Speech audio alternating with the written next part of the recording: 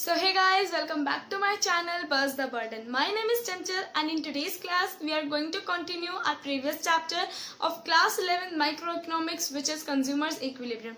अब इस चैप्टर को ना आज खत्म कर देंगे, है ना। बहुत ज़्यादा वीडियोस हो चुके हैं इस चैप्टर की, ये 4th पार्ट है इस वीडियो का। तो फिर आज इस चैप्टर को खत्म करेंगे और कुछ है भी नहीं आज इस चैप्टर में। सिर्फ बजट लाइन बचा है और आपका इंडिफरेंस कर्व एनालिसिस के थ्रू आपका कंज्यूमर इक्विलिब्रियम बचा है। तो जैसे मैंने आप लोगों को कहा था, अगर अभी तक आप लोगों ने मेरे इसके पार्ट 1, पार्ट 2 और पार्ट 3 नहीं देखा इस चैप्टर का, तो लिंक जो है वो डिस्क्रिप्शन में गिवन है। अभी जाओ और अभी वहाँ जाके वो वीडियोस देखो, फिर ये वीडियो देखना, ताकि आपको क्या होगा इससे कि आपको बेटर अंडरस्टैंडिंग होगी। ठीक है, तो अपना ये चैप्टर शुरू करते हैं, कंज्यूमर्स इक्विलिब्रियम। जैसा अब हमने अपनी पिछली क्लास में क्या पढ़ा था कि इंडिफरेंस कर्व क्या होता है, आज की क्लास में पढ़ेंगे कि बजट लाइन क्या होता है। और अब देखते हैं कि बजट लाइन क्या है। पहले इसकी डेफिनेशन देख लेते हैं। सबसे पहले बजट का मतलब क्या होता है। एक कंज्यूमर का बजट क्या डिफाइन करता है। एक कंज्यूमर का बजट बताता है उसकी रियल इनकम को, उसकी परचेजिंग पावर को। जैसे आपकी मम्मा क्या करती हैं, वो अपना एक बजट बना के चलते हैं कि भाई हमारे पास इतनी इनकम है, तो हम ये चीजें जो है इस मंथ में हम इन चीजों की कंजप्शन करेंगे, है ना। आप जैसे आप लोगों को पॉकेट मनी मिलती है, तो आप उस पॉकेट मनी को देखते हो कि हाँ, मुझे इन चीजों में अपनी जो मनी है उसको स्पेंड करना है, तो वो आपकी परचेजिंग पावर को शो करता है। ऐसा तो नहीं है जैसे मान लो आपके पास 1000 रुपीज हैं और आप 50,000 रुपीज की चीज खरीदने जा रहे हो या 25,000 की चीज खरीदने जा रहे हो, ऐसा तो नहीं होगा। ठीक है, तो आपकी जो बजट है वो आपको क्या शो करता है, आपकी परचेजिंग पावर को शो करता है। इसी तरह से कंज्यूमर का जो बजट है वो उसकी परचेजिंग पावर को शो करता है किसी भी कमोडिटी को परचेज करने की। ठीक है, तो बजट लाइन देखते हैं क्या है। It is the locus of all the combinations which can be purchase with given income and prices such that the cost of each of these combination is equal to the income of the consumer। यानी कि budget line जो है वो एक ऐसा graphical representation है। Locus को हम ग्राफिकल रिप्रेजेंटेशन भी कहते हैं। ठीक है, तो ये क्या है, ये ग्राफिकल रिप्रेजेंटेशन है उन सभी पॉसिबल कॉम्बिनेशंस की, दो गुड्स के, उन सभी पॉसिबल कॉम्बिनेशंस की जो एक कंज्यूमर परचेज कर सकता है, और वो बिल्कुल एग्जैक्टली उसकी मनी इनकम के कॉस्ट करेंगे। यानी कि उनकी जो कॉस्ट होगी, अगर आप उनकी कॉस्ट को सम टोटल करो तो वो किसके इक्वल आएगी, वो आपकी इनकम के इक्वल आएगी। तो यहाँ पे क्या है, ये लोकस है यानी कि ग्राफिकल रिप्रेजेंटेशन है उन सभी पॉसिबल कॉम्बिनेशंस की जो कि कंज्यूमर परचेज कर सकता है with his given income and price. Given income देखो, जहाँ पे भी आपको गिवन हो जाता है ना, इसका मतलब जो है वो चीज कांस्टेंट है। तो यहाँ आपकी जो इनकम और प्राइसेस है ये कांस्टेंट रहेंगे, ऐसा नहीं होगा कि ये बार बार चेंज हो रहे हैं। Such that cost of each these combination, यानी कि हर एक कॉम्बिनेशन की जो कॉस्ट होगी वो बिल्कुल आपके इनकम के इक्वल आएगी। कंज्यूमर की जो इनकम है उसके इक्वल आएगी। इसको प्राइस लाइन के नाम से भी जाना जाता है। अभी बताऊंगी प्राइस लाइन के नाम से क्यों जाना जाता है, अभी जब आगे बताऊंगी। ठीक है, तो अभी तक इतना समझो कि इसको प्राइस लाइन के नाम से भी जाना जाता है। अब यहाँ पे क्या है, यहाँ पे जो ये M है ये आपकी इनकम को डिनोट कर रहा है, और जो ये X है ये डिनोट कर रहा है क्वांटिटी ऑफ X। यानी कि जो X गुड है, यहाँ पे दो गुड है X और Y, इन दोनों की क्वांटिटी को ये डिनोट कर रहा है।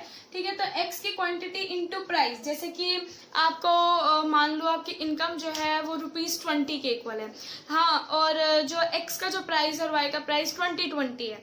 तो आप क्या करोगे कि आप लोगों को इस तरह से कंजप्शन करनी है कि जो आपकी कंजप्शन हो वो आपकी मनी इनकम की इक्वल हो। जैसे अभी मैंने बताया कि जैसे ₹20 आपकी इनकम है, ठीक है, तो यहाँ पे देख लेना x इंटू px यानी कि जो x क्वांटिटी है उसका price, plus y quantity of y into price of y good. ठीक है, तो मान लो कि आपका मनी इनकम जो है वो है ₹20 और ₹10 ईच जो है वो x का और y का प्राइस है।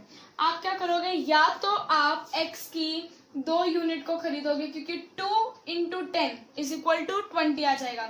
अगर आप 2 यूनिट्स x की कंज्यूम करोगे तो आप y की 0 कंज्यूम करोगे, क्योंकि आपकी इनकम से ज्यादा आपकी कंजप्शन नहीं हो सकती है।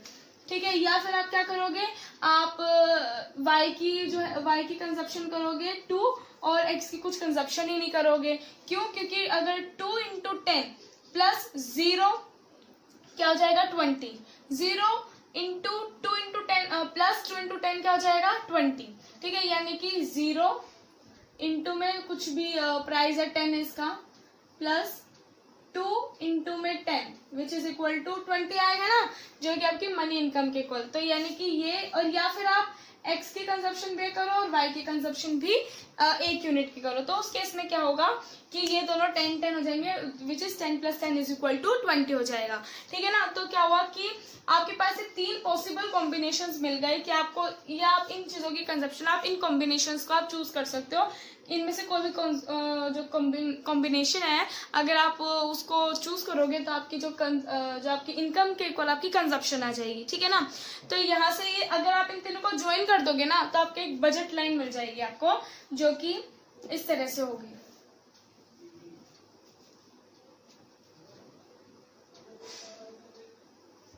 ऐसे डाउनवर्ड स्लोपिंग स्ट्रेट लाइन, कि ये यहाँ एक्स एक्सिस और वाई एक्सिस को टच कर रही है। इसका मतलब है कि यहाँ पे एक्स की कंजप्शन 0 है और यहाँ पे वाई की कंजप्शन 0 है। समझ में आया। अब एक होता है बजट सेट। बजट लाइन में क्या होता है कि आपकी जो कंजप्शन है, अगर आप उसका कॉस्ट निकालो तो आपकी मनी इनकम के इक्वल ही आनी चाहिए। लेकिन बजट सेट में क्या होता है कि इसमें वो सभी कॉम्बिनेशंस आते हैं जिनको अगर आप कंज्यूम करोगे तो आपकी जो कॉस्ट आएगी, या तो वो आपकी मनी इनकम के इक्वल आएगी या फिर उससे कम आएगी। ठीक है। यहाँ पे वो सभी कॉम्बिनेशंस जो है, यहाँ पे तो क्या था कि आपकी जो इनकम है उसके इक्वल आपकी कॉस्ट आना जरूरी है। यहाँ पे ऐसा नहीं है, उससे कम या फिर उसके इक्वल आ सकती है। यानी कि बजट सेट जो है वो बजट लाइन को इंक्लूड करता है। समझ में आया। बजट लाइन छोटा है और इस बजट सेट के अंदर ही बजट लाइन इंक्लूडेड है, क्योंकि इसमें जो है वो लिमिटेड क्या दे रखा है, लिमिटेड आप कुछ ले सकते हैं कि भाई लिमिटेड क्राइटेरिया, और इसके अंदर क्या है, प्रोडक्ट क्राइटेरिया है। ठीक है ना। तो बजट सेट की एक बार डेफिनेशन देख लेते हैं। Set of all possible combinations of 2 goods, ये ये सेट है उन पॉसिबल कॉम्बिनेशंस का of 2 goods which a consumer can afford given his income and price in the market. अब यहाँ पे ये नहीं लिखा कि वो बिल्कुल आपकी इनकम के इक्वल आएगी, वो बोल रहा है कि आप जो अफोर्ड कर सकते हो, यानी कि अगर आप कंजप्शन करो तो आपकी जो मनी इनकम है उससे कम भी आपका जो है कंजप्शन हो सकता है, टोटल एक्सपेंडिचर उससे कम हो सकता है। समझ में आ गया। ये था बजट लाइन और एक बजट सेट। तो इन दोनों में मेनली डिफरेंस क्या होता है कि इसमें सिर्फ वो कॉम्बिनेशंस आते हैं जो कि आपकी मनी इनकम के इक्वल आएंगे उनका एक्सपेंडिचर, और यहाँ पे वो एक्सपेंडिचर आता है जो कि आपकी मनी इनकम के इक्वल भी आ सकता है या उससे कम भी आ सकता है। ठीक है ना। अब आगे चलते हैं। बजट लाइन को एक बार उसका ग्राफिकल रिप्रेजेंटेशन भी देख लेते हैं। अभी तो सिर्फ डेफिनेशन की बात हुई है, तो अब बात करते हैं graphical representation of budget line. सबसे पहले देखो, हमने इस एग्जांपल में ना कुछ एजम्पशंस ली हैं अपने आप से कि जो एक कंज्यूमर है उसकी जो मनी इनकम है वो ₹20 है, यानी कि उसकी जो इनकम है वो 20 रुपए है, जिसमें से अगर वो एप्पल और बनाना खरीदने जाता है तो एप्पल का जो प्राइस है वो 4 रुपए, यानी कि 4 रुपए का एक एप्पल है, और बनाना का जो प्राइस है वो 2 है, 2 रुपीज है। तो अब यहाँ देखो कि अब आप बताओ, आप बनाना अगर आप खरीदने जाओगे और आपकी इनकम 20 रुपए है और प्राइस जो है बनाना का वो 10 रुपए है, जो बनाना का प्राइस है वो 2 रुपए है और जो एप्पल का प्राइस है वो 4 रुपए है। आप लेने चले गए बनाना, तो आप कितनी कंजप्शन मैक्सिमम जो कितनी यूनिट्स आप बनाने की खरीद सकते हो, कितनी 10 यूनिट्स। क्यों? क्योंकि हमने अभी डेफिनेशन, अभी बजट लाइन की हमने क्या पढ़ी थी, एक इक्वेशन पढ़ी थी ना, जो कि क्या कहती है कि मनी इनकम के इक्वल आपकी कॉस्ट आनी चाहिए, यानी कि आपको जो टोटल एक्सपेंडिचर होगा किसी भी कॉम्बिनेशन के ऊपर वो आपकी मनी इनकम के इक्वल आना चाहिए। तो अगर हमारी 20 रुपीज की मनी इनकम है और अगर हम 10 यूनिट्स खरीद रहे हैं बनाना की, तो 10 इंटू में 2, और अगर जब हम 10 यूनिट बनाना की खरीदेंगे तो हमारी जो एप्पल की कंजप्शन होगी वो क्या होगी, वो 0 होगी। तो 0 इंटू 4, अब आप बताओ, 0 को 4 से मल्टीप्लाई करोगे तो 0 और 10 टू जा 20 विच इज इक्वल टू 20। यानी कि अगर आप बनाना की 10 यूनिट्स को खरीदते हो तो एप्पल की जो कंजप्शन होगी वो आपकी क्या होगी, वो 0 होगी। इसी तरह से अब भाई आपके लिए एप्पल ज्यादा इंपॉर्टेंट हो गया, आपने 1 यूनिट एप्पल की खरीदी, लेकिन अब आप यहाँ देखो कि आपके अगर आप 1 यूनिट एप्पल की खरीदते हो तो पहले तो यहाँ देख लेते हैं, यहाँ क्या आ जाएगा, 0 इंटू 4 प्लस 10 इंटू में 2 विच इज इक्वल टू 20। अब यहाँ देखो, आपने 1 यूनिट खरीद ली एप्पल की, तो 1 इंटू 4 हो गया, क्योंकि प्राइस क्या था, 4 था, प्लस 8 यूनिट्स फिर आपको क्या खरीदनी पड़ेगी, बनाने की खरीदनी पड़ेगी, क्योंकि प्राइस कितना है बनाना का, वो 8 इंटू 2। तो यानी कि ये सब आपकी प्राइस पे और आपकी इनकम पे डिपेंड करता है कि आप कंजप्शन कंजप्शन कितनी करोगे, क्योंकि अब यहाँ पे आप बोलोगे भाई हम 9 यूनिट्स भी तो खरीद सकते थे, नहीं, आपके जो मैंने बताया टोटल एक्सपेंडिचर है वो मनी इनकम के इक्वल आना चाहिए, तो आप 80 यूनिट्स खरीद सकते हैं बनाना की। तो 1 into 4 is equal to 4 plus 8 into 2 16, तो 16 प्लस 4 इज इक्वल टू 20। तो ऐसे आप एक एक यूनिट्स को देखते जाओगे ना, तो आपकी जो कंजप्शन है वो आपकी जो मतलब एक्सपेंडिचर है वो आपकी टोटल इनकम जो आपकी इनकम है उसके इक्वल आ जाएगा। तो ये सब कितने आ जाएंगे, सब 20 आ जाएंगे। अब इन पॉइंट्स को, इन कॉम्बिनेशंस को अगर हम प्लॉट करते हैं ग्राफ पे, तो ये कुछ ऐसे आएंगे कि 0 के साथ 10, 1 के साथ 8 हो जाएगा, 2 के साथ 6 हो जाएगा, 3 के साथ 4, 4 के साथ 2 और 5 के साथ 0। अब आप इनको ज्वाइन करोगे तो आपको क्या दिख रहा है कि ये डाउनवर्ड स्लोपिंग स्ट्रेट लाइन है ना। तो अब डाउनवर्ड स्लोपिंग क्यों है, मैंने आपको पिछली क्लास में बताया था कि इकोनॉमिक्स में डाउनवर्ड स्लोपिंग का मतलब है एक चीज का बढ़ने से दूसरी चीज का कम होना।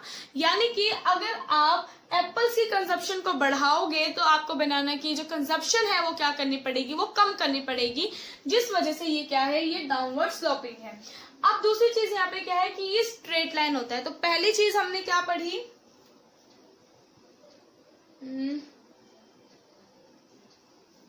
इसको रब कर देते हैं, ये आप लोग बना लेना थोड़ा सा पीछे करके वीडियो को, ठीक है, इसको हम वापस बना देंगे। देखो अभी हमारी बजट लाइन है, यहाँ पे एप्पल्स है या यहाँ पे गुड एक्स है और यहाँ गुड वाई है। अब यहाँ देखो सबसे पहली चीज, यहाँ इस लाइन पे ये ए बी एक लाइन है, इस लाइन पे जितने भी पॉइंट्स लाई करेंगे, यानी कि जितने भी कॉम्बिनेशन इस लाइन पे लाई करेंगे, उनकी जो कॉस्ट होगी वो आपकी मनी इनकम के इक्वल आएगी, जैसे मैंने अभी आप लोगों को बताया था। ये तो हो गया कि भाई आपकी इनकम जो है वो पूरी की पूरी स्पेंड हो रही है इन दोनों गुड्स के ऊपर। एक यहाँ यानी कि इस बजट लाइन के अंदर जो पॉइंट आएगा उसमें क्या होगा कि जैसे मान लो ये पॉइंट है डी, तो यहाँ पे क्या होगा कि आपकी इनकम जो है वो अंडर स्पेंड है। जैसे अपना इंट्रोडक्शन वाले में पीपीएफ था जो इस बार हट चुका है, तो उसमें भी यही था कि जो रिसोर्सेज है जब उनका अंडर यूटिलाइजेशन होता है तो हमेशा वो पीपीएफ के अंदर आते हैं। इसी तरह से इस बजट लाइन के अंदर जो भी आएगा ना, जो भी कॉम्बिनेशन, उसका मतलब होगा कि जो आपकी इनकम है वो अंडर स्पेंड है, यानी कि आपकी इनकम पूरी की पूरी खर्च नहीं हुई है। और इस बजट लाइन से जो बाहर पॉइंट होगा, इसका मतलब है कि यहाँ ये कंज्यूमर ना अफोर्ड ही नहीं कर सकता, क्योंकि वो उसकी जो मैक्सिमम उसके पास इनकम थी उसके वो बाहर जा रहा है, यानी कि उसके पास इतनी इनकम ही नहीं है कि वो इसको कंज्यूम करे, ठीक है ना। तो ये तो या यहाँ पे होगा या यहाँ पे होगा, लेकिन हम बजट, ये जो एग्जांपल है बजट सेट का एग्जांपल है। अब मैं इस पॉइंट का भी एग्जांपल आपको दे देती हूँ। मान लो फॉर एग्जांपल आपकी जो इनकम है वो ₹10 है, 20 है, ठीक है, और प्राइस एक्स का जो है वो है ₹10 और जो प्राइस वाई का है वो भी क्या है, ₹10 है। तो अगर आपको अंडर स्पेंड दिखाना है तो आप ले लो 0 और 1 का एग्जांपल, यानी कि आप एक्स की कोई कमोडिटी का कंजप्शन नहीं कर रहे हो, वाई की 1 यूनिट का आप कंज्यूम कर रहे हो। तो इस केस में क्या होगा, 0 + 1 इंटू में 10 इज इक्वल टू आपकी मनी इनकम है, तो यानी कि 10। क्या ये मनी इनकम के इक्वल है, नहीं, ये क्या इससे कम है। तो यानी कि ये हो गया एग्जांपल कि ये जो डी पॉइंट है ये इसके अंदर लाई कर रहा है, यानी कि आपकी जो कंजप्शन, आपका जो एक्सपेंडिचर आया वो ₹10 है और आपकी इनकम ₹20 है। समझ में आ गया।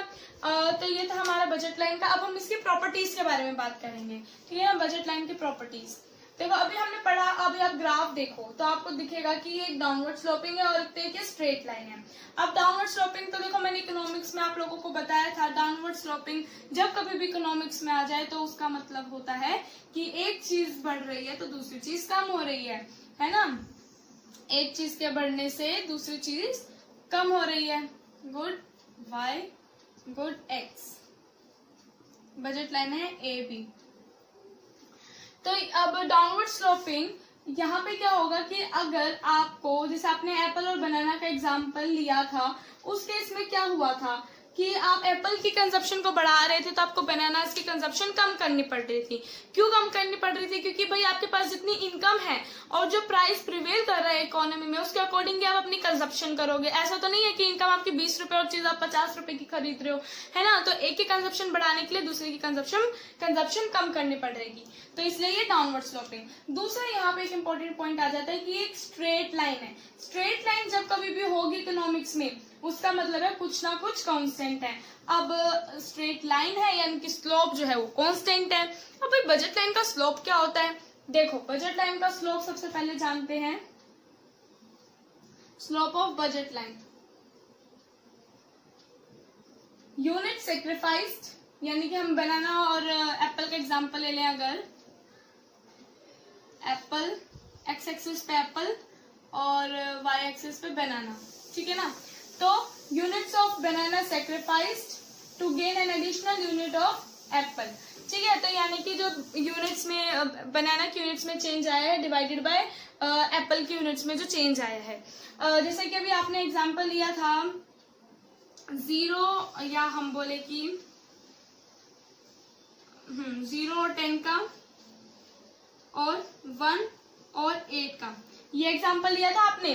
तो अगर आप देखो इधर से तो यहाँ पे क्या हो रहा है कि 1 माइनस 0 एप्पल्स का करते हैं पहले, क्योंकि न्यू माइनस ओरिजिनल होते हैं ना। तो 1 minus 0 is equal to 1, 8 minus 10 equal to -2। भाई ये तो माइनस में आ गया। अब यहाँ ना ये माइनस का साइन क्या डिनोट कर रहा है? माइनस का साइन नेगेटिव रिलेशनशिप को शो कर रहा है। ये जो साइन है ये शो कर रहा है कि आपकी नेगेटिव रिलेशनशिप है। समझ में आया?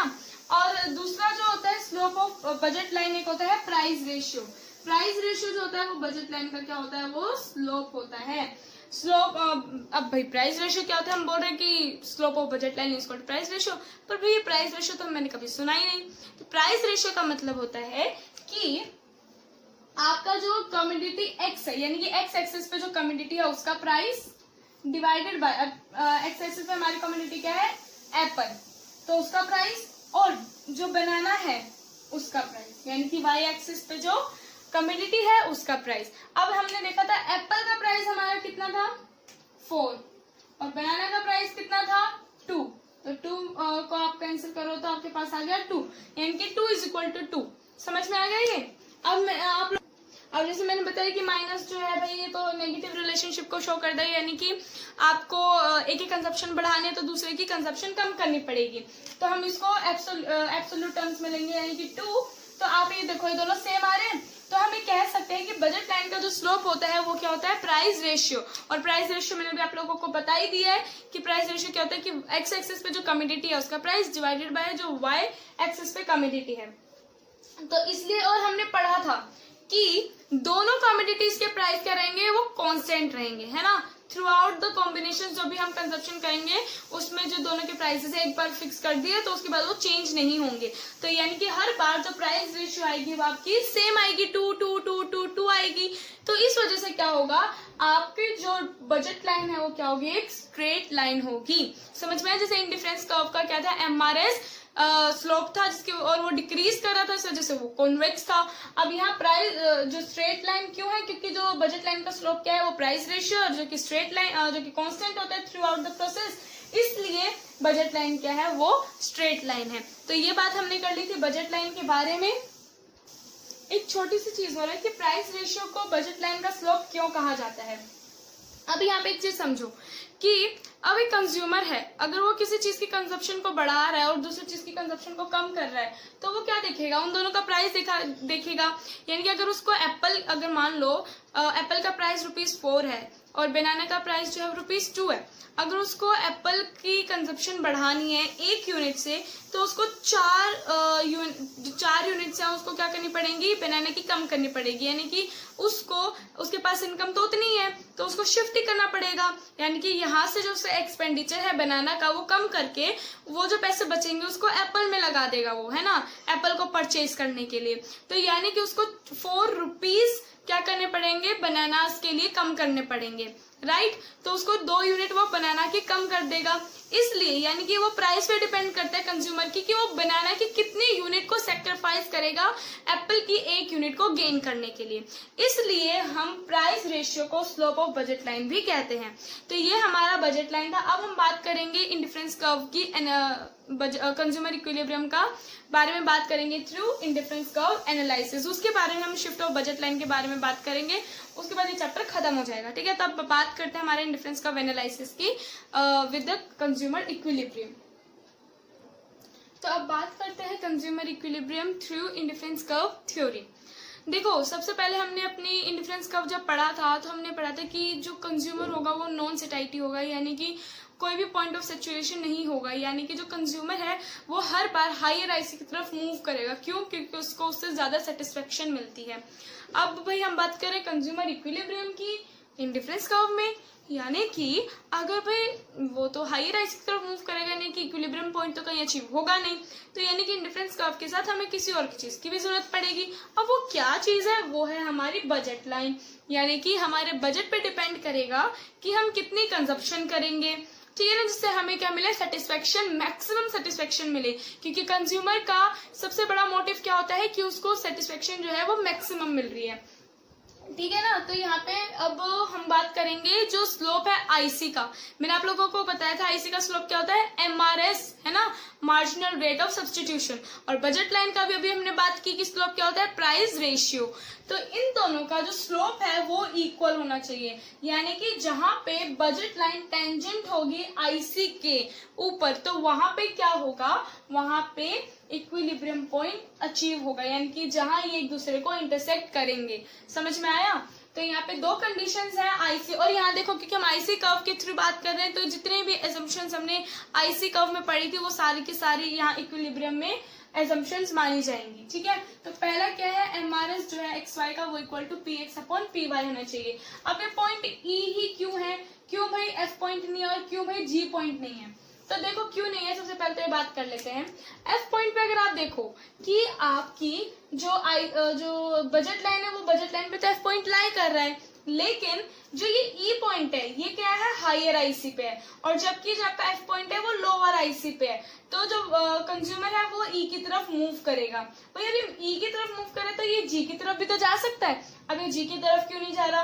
वो इसलिए नहीं जा रहा है जी की तरफ क्योंकि क्या है, वो भी बजट लाइन पे लाई करता है, ठीक है, और आईसी पे भी है, दोनों एक दूसरे को इंटरसेक्ट भी कर रहे हैं। लेकिन आप देखो कि अगर IC1 जो है वो लोअर आईसी और IC2 क्या है? वो हायर आईसी है, तो वो क्या करेगा? वो हायर आईसी की तरफ मूव करेगा, ठीक है। और बजट लाइन जो है वो यहाँ पे भी इंटरसेक्ट कर रही है, बजट लाइन और IC2 जो है दोनों के दोनों क्या कर रहे हैं? इंटरसेक्ट कर रहे हैं। अब भाई अब ये H की तरफ क्यों मूव नहीं कर रहा? H की तरफ इसलिए मूव नहीं कर रहा क्योंकि वो बजट लाइन से बाहर है, वो कॉम्बिनेशन बजट लाइन के अंदर नहीं आता है, बजट लाइन पे नहीं आता, इसलिए वो अनअटेनेबल है। तो यहाँ पे तो कोई बनता ही नहीं है कि वो कंज्यूमर उस तरफ देखेगा भी। तो इसलिए जो पॉइंट है जहाँ पे टेंजेंट होगा ए बी, जो ये बजट लाइन है टू आईसी, वहां पे क्या होगा? कंज्यूमर इक्विलिब्रियम पॉइंट अटेन होगा। तो MRS x y is equal to p x upon p y होना चाहिए। और दूसरी चीज एमआरएस फॉल करना चाहिए एज कंजप्शन इंक्रीजेज। और मैंने बताया था एमआरएस क्यों डिक्रीज करता है, क्योंकि हमारा law of diminishing marginal utility की वजह से। ठीक है, वो वीडियो नहीं देखी तो अभी जाके देखो। अगर मान लो कि एमआरएस एक्स वाई ग्रेटर हो p x upon p y के, एमआरएस एक्स वाई क्या है कि कितनी यूनिट्स एक कंज्यूमर सेक्रीफाइस करने के लिए तैयार है वाई की to gain an additional unit, 1 additional unit of good x. ये था हमारा एमआरएस एक्स वाई। ओके, अब यहाँ पे p x upon p y हमने अभी पढ़ा है। अगर ये एमआरएस एक्स वाई ग्रेटर है p x upon p y के, उस केस में क्या होगा कि कंज्यूमर ना, जितना कंज्यूमर तैयार है सेक्रीफाइस करने के लिए गुड वाई की यूनिट्स को, वो मार्केट की रिक्वायरमेंट से ज्यादा है। यानी कि मार्केट बोल रही है कि भाई हमें सिर्फ इतना चाहिए, ठीक है, लेकिन तुम दे हमें इतना रहे हो। समझ में आया ना? तो उस केस में क्या होगा कि कंज्यूमर ज्यादा विलिंग है to sacrifice unit of y to gain an additional unit of x. तो समझ में पहले सबसे पहली बात की क्या बोल रहा है, ये समझ में आया? अब देखो उस केस में क्या होगा, उस केस में जो कंज्यूमर है वो ज्यादा परचेजिंग करेगा। क्यों करेगा? क्योंकि उसकी कॉस्ट जो है, वो जो कॉस्ट पे कर रहा है उससे ज्यादा उसको यूटिलिटी मिल रही है ना, गुड एक्स से। तो वो गुड एक्स की कंजप्शन बढ़ा देगा, और कंजप्शन बढ़ाएगा तो एमआरएस हमारा फॉल करेगा, और एमआरएस फॉल करेगा तो क्या होगा, एक पॉइंट आएगा जहां पे वो उसको मैक्सिमम सेटिस्फेक्शन होगी और वो उससे ज्यादा कंजप्शन नहीं करना चाहेगा गुड एक्स की। ठीक है, वो होगा हमारा ये ई पॉइंट। समझ में आ गया? ये जो था ना यहाँ से, ये यहाँ से हम इधर आ रहे हैं, समझ में आ गया ना। अब इस केस में देखो, MRS x y is smaller than p x upon p y, यानी कि जितना मार्केट को रिक्वायरमेंट है उससे कम कंज्यूमर विलिंग है गुड वाई की सेक्रीफाइस करने के लिए to gain an additional unit of good x. यानी कि वो क्या है, वो तैयार नहीं कि भाई मैं गुड वाई की ज्यादा यूनिट्स को सेक्रीफाइस करूं, ठीक है ना, उसकी कॉस्ट के अकॉर्डिंग। उस केस में क्या होगा कि वो कम यूनिट्स खरीदने शुरू कर देगा गुड एक्स की, है। और अगर वो कम यूनिट्स गुड एक्स की खरीदेगा तो उसका एमआरएस इंक्रीज करेगा, क्योंकि कंजप्शन कम है, और कंजप्शन कम है तो एमआरएस इंक्रीज कर रहा है, जिसकी वजह से एक पॉइंट आएगा, एमआरएस इंक्रीज कर रहा है जिसकी वजह से एक पॉइंट आएगा ई, जहां पे MRS x y equal to p x upon p y होगा, और वो जो पॉइंट होगा वो हमारा इक्विलिब्रियम पॉइंट होगा। मुझे लगता है कि आप लोगों को ये समझ में आ गया होगा, और अभी भी आप लोगों को समझ नहीं आया ना तो कमेंट सेक्शन में मेरे से पूछ लेना अगर कोई भी डाउट हो, या मेरी इंस्टा आईडी पे मेरे को जाके फॉलो कर लेना, ठीक है ना। तो अभी हमारा एक छोटा सा टॉपिक बच गया है, शिफ्ट इन बजट लाइन। बहुत सिंपल सा टॉपिक है, वो खत्म हो जाएगा, उसके बाद ये चैप्टर भी फिनिश हो जाएगा। मैं सोच रही हूँ मैं आप लोगों को इसके जो इंपॉर्टेंट क्वेश्चंस है, hot question, high order thinking questions, वो मैं आप लोगों को करवा दूं ताकि आप लोगों को प्रैक्टिस हो जाए। तो अगर आप लोग चाहते हो कि मैं वो क्वेश्चंस आपको करवाऊं तो मुझे कमेंट सेक्शन में बताना। अगर मेरे को लगता है कि रिस्पॉन्स अच्छा आया है तो मैं उसके ऊपर एक वीडियो जरूर बनाऊंगी, ठीक है ना। तो बात करते हैं हम शिफ्ट इन बजट लाइन के बारे में। अब देखो, शिफ्ट इन बजट लाइन, अभी हम लोगों ने पढ़ा कि बजट लाइन में हमारी इनकम भी कांस्टेंट है और हमारा प्राइस भी कांस्टेंट है। अब हम बात कर रहे हैं शिफ्ट की। तो अगर हमें बजट लाइन में शिफ्ट चाहिए तो यानी कि या तो इनकम में चेंज आएगा या फिर प्राइस में चेंज आएगा। तो यहाँ हम दो चीजें पढ़ेंगे कि शिफ्ट कब होगा बजट लाइन में। पहला, जब इनकम चेंज होगी, इनकम में चेंज होगा, और दूसरा जब हमारा प्राइस चेंज होगा, ठीक है ना, प्राइस चेंज होगा। अब चेंज में इंक्रीज भी हो सकता है और डिक्रीज भी हो सकता है। तो पहले हम बात करते हैं, अगर इनकम में चेंज आता है तो उस केस में क्या होगा। देखो, अगर आपकी, अब पहले सबसे पहले तो हम बजट लाइन बना लेते हैं, ठीक है। ये हमारी बजट लाइन है ए बी, यहाँ वाई है, यहाँ एक्स है, यहाँ कमोडिटी एक्स है और यहाँ कमोडिटी वाई है, ठीक है ना। अब देखो, मैं इधर पेन चेंज कर लेती हूँ मैं। ओके, देखो अभी इधर, अगर आपकी इनकम में इंक्रीज हुआ, यानी कि अगर आपकी इनकम बढ़ गई, तो अब जो ये पॉइंट था ना, ये यहाँ पे, अब वो आप उसको मान लो कि आपकी इनकम इतनी बढ़ गई कि आप इसको अफोर्ड कर सकते हो, तो आप क्या करोगे, आप यहाँ तक अपनी कंजप्शन को इंक्रीज कर दोगे। आप क्या करोगे, आप यहाँ तक अपनी कंजप्शन को इंक्रीज कर दोगे, क्योंकि आपके पास ज्यादा पैसा आ गया, तो आप ज्यादा एक्सपेंडिचर करोगे गुड्स पे, गुड एक्स पे भी और गुड वाई पे भी। दोनों कम्युनिटीज की कंजप्शन क्या होगी, आपकी बढ़ जाएगी अगर आपकी इनकम बढ़ जाती है। तो अब वो पॉइंट्स आपके लिए अफोर्डेबल हो जाएंगे जो पहले आपके लिए अफोर्डेबल नहीं थे। ऑब्वियस सी बात है ना, कुछ हार्ड एंड फास्ट रूल नहीं है इसमें, ठीक है ना। तो एक तो ये समझ में आया कि अगर आपकी इनकम बढ़ जाती है तो क्या होगा, राइट वर्ड शिफ्ट होगा। तो ये A1 B1 की तरफ शिफ्ट हो जाएगी, A1 B1 की तरफ जो है आपकी बजट लाइन शिफ्ट हो जाएगी। अब दूसरी तरफ अगर आपकी इनकम कम हो जाती है, अब आपकी भाई इनकम कम हो गई, यानी कि अब आपके लिए ये जो पॉइंट्स थे, अब जो कॉम्बिनेशन थे, ये महंगे हो गए, तो आप क्या करोगे, आप इनकी कंजप्शन कम कर दोगे, ठीक है, यानी कि लेफ्ट वर्ड शिफ्ट होगा, ठीक है। तो ये क्या हो जाएगा, A2 और B2, समझ में आ गया। तो वो कंजप्शन कम हो जाएगी, तो आपकी budget line left word shift करेगी। राइट वर्ड शिफ्ट जब इनकम इंक्रीज कर रही है, और लेफ्ट वर्ड शिफ्ट जब आपकी इनकम डिक्रीज कर रही है। समझ में आ गया। अब ये तो था हमारा अगर इनकम में चेंज आता है। अब हम बात करते हैं अगर हमारा प्राइस में चेंज आता है। प्राइस में चेंज हम 3 केसेस में पढ़ेंगे। अगर दोनों के प्राइस में चेंज आता है, समझ में आया, दूसरा कि एक का प्राइस चेंज हो रहा है दूसरे का नहीं हो रहा है, ठीक है। तो हम पहले बात करते हैं, पहले तो हम अपनी बजट लाइन बना लेते हैं, ए बी, यहाँ ओ, यहाँ कमोडिटी एक्स है, ठीक है, यहाँ मैं लिख नहीं रही हूँ, और यहाँ कमोडिटी वाई है। ओके, अब देखो, अगर दोनों के प्राइस में चेंज होता है, यानी कि अगर मान लो दोनों का प्राइस इंक्रीज कर जाता है, तो आप क्या करोगे, आप अपनी, अब देखो जब कभी भी प्राइस बढ़ता है तो आपकी डिमांड कम हो जाती है, यानी कि आप कंजप्शन कम करोगे।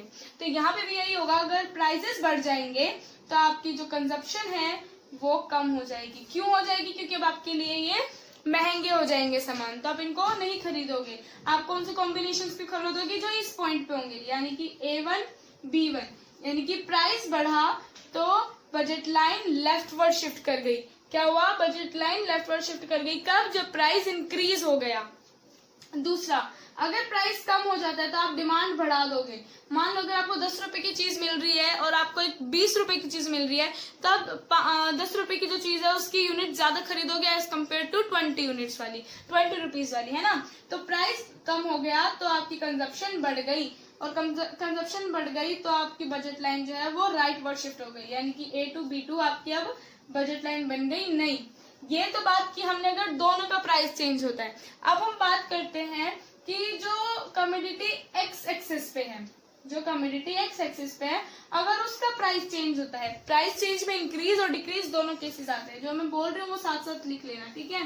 ये हमारी बजट लाइन बन गई है AB, ठीक है। अब यहाँ देखो, मान लो ये एक्स एक्सिस है और वाई एक्सिस। जो प्राइस है वाई एक्सिस का वो चेंज नहीं हुआ, लेकिन एक्स एक्सिस का जो प्राइस है वो चेंज हो गया। मान लो वो इंक्रीज हो गया, तो आप क्या करोगे? जो प्राइस बढ़ गया तो आप एक्स की कंजप्शन कम कर दोगे। यानी कि मान लो यहाँ कमोडिटी एक्स है और कमोडिटी एक्स का प्राइस बढ़ गया और वाई का कोई चेंज नहीं हुआ, तो आप क्या करोगे? एक्स की कमोडिटी को कम खरीदोगे, यानी कि आपकी बजट लाइन लेफ्टवर्ड शिफ्ट कर जाएगी और ये बन जाएगी A1 B, ठीक है। और अगर आपका प्राइस कम हो जाता है तो उस केस में आप कंजप्शन बढ़ा दोगे एक्स की। यहाँ बात किसकी कर रहे हैं? एक्स एक्सिस पे जो कमोडिटी है, यानी कि जो प्राइस है कमोडिटी एक्स का, अगर वो कम हो जाता है तो आपकी जो कंजप्शन है वो बढ़ जाएगी और बजट लाइन जो है वो अपवर्ड शिफ्ट कर जाएगी, यानी कि राइटवर्ड शिफ्ट कर जाएगी और ये बन जाएगा A2 B, ठीक है। यही सेम केस क्या होगा? जो होगा वो वाई के साथ होगा। मान लो अगर वाई एक्सिस पे जो कमोडिटी है उसका प्राइस बढ़ जाता है और एक्स का कांस्टेंट है, ठीक है। यहाँ क्या है? एक्स का कांस्टेंट है, एक ही का प्राइस बढ़ रहा है। और दोनों केसेस में, इस केस में अगर इनकम में चेंज हो रहा है तो यहाँ प्राइस कांस्टेंट है, और यहाँ प्राइस में चेंज हो रहा है तो आपकी इनकम कांस्टेंट है। ये ध्यान रखना, ठीक है ना। अभी हमारी बजट लाइन है AB। अब मान लो जो एक्स कमोडिटी है, यानी कि जो एक्स एक्सिस पे कमोडिटी है, उसके प्राइस में कोई चेंज नहीं होगा। समझ में आया? उसके प्राइस कोई चेंज नहीं हो रहा। और जो कमोडिटी वाई है, यानी कि जो वाई एक्सिस पे कमोडिटी है, सिर्फ उसका प्राइस चेंज हो रहा है। मान लो उसका प्राइस इंक्रीज कर जाता है। अगर इंक्रीज करते हैं तो आप उसकी कंजप्शन को कम कर दोगे और बजट लाइन जो है वो कहाँ बनेगी? वो डाउनवर्ड स्लोपिंग, सॉरी वो क्या होगा? वो लेफ्टवर्ड शिफ्ट हो जाएगा और वो क्या बन जाएगी? AB1। समझ में आया? और दूसरी जगह क्या होता है कि अगर आपके प्राइसेस कम हो जाते हैं तो आपकी बजट लाइन क्या होगी? वो राइटवर्ड शिफ्ट कर जाएगी और ये बन जाएगा AB2। ये क्या हो गया? राइटवर्ड शिफ्ट हो गया। क्यों? क्योंकि अब आपके लिए ये जो प्राइस कम हो गया, जिसकी वजह से यहाँ जो पॉसिबल कॉम्बिनेशन थे वो आपके लिए क्या हो गए? सस्ते हो गए। तो आप उनको परचेज करना आप शुरू कर दोगे, इनको छोड़ के, ठीक है ना। तो यहाँ पे आपकी बजट लाइन जो होगी वो AB2 बन जाएगी। ये तो हमारा शिफ्ट इन बजट लाइन, बहुत छोटा सा कॉन्सेप्ट था, ठीक है। इसमें कुछ बहुत ज्यादा एक्सट्रीम डिफिकल्ट कुछ भी नहीं था, ठीक है। तो आज के लिए सिर्फ इतना काफी। यहाँ ये चैप्टर खत्म होता है।